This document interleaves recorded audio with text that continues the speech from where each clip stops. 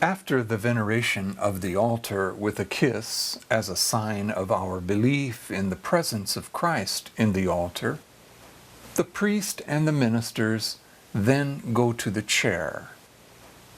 At that point, the celebration proceeds with probably the most significant of Christian symbols, from the viewpoint at least of communicating or summarizing Christianity to all peoples and for all times. That most significant of Christian symbols is the cross. And it has been significant, particularly since it was instrumental in the conclusion of the persecutions in the early church, in the early part of the 4th century.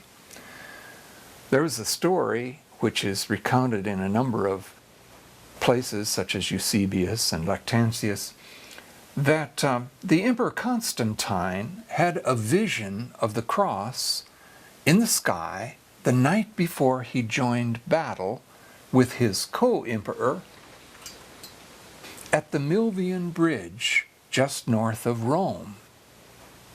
The voice he heard in his dream told him to mark his soldiers' shields with the sign of God, Celeste Signum Dei, the heavenly sign of God, and then go to battle with this as his badge, you might say, of honor.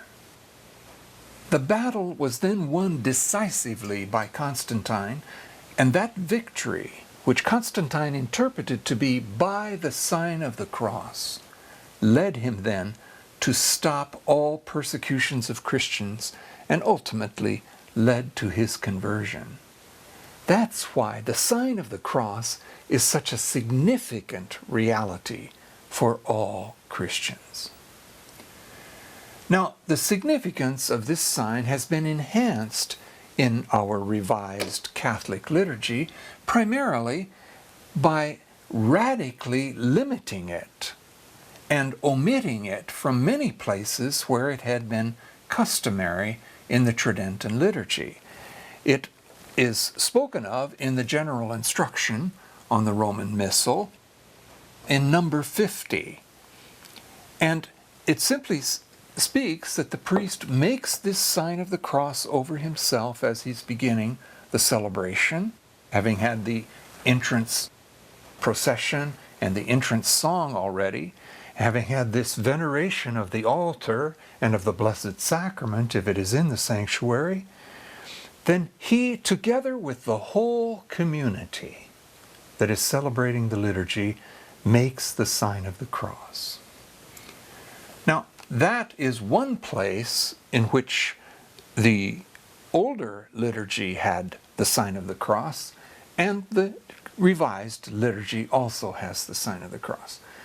But the older liturgy, what's sometimes called the Tridentine liturgy, or the extraordinary form, had it in many, many other places. I could just give you an example of the change from the previous extraordinary form to our ordinary revised form of the sacred liturgy.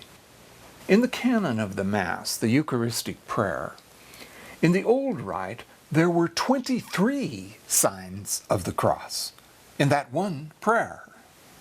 I think of just one of the prayers that were before the consecration, the words of institution of Jesus, the Quam Oblationem prayer. And if I could just read that and put the signs of the cross in which the older form requires it. Tu Deus in omnibus quesumus benedictam adscriptam ratam rationabilem acceptabilem que facere digneris. Now, in the new rite, instead of these 1, 2, 3, 4, 5 signs of the cross, which my pastor, when I was growing up, was just going so fast reading the words, his hands were just going like this, like he had a palsy or something. Now, there's only one sign of the cross at this point. The intention of the new order of Holy Mass, the Novus Ordo,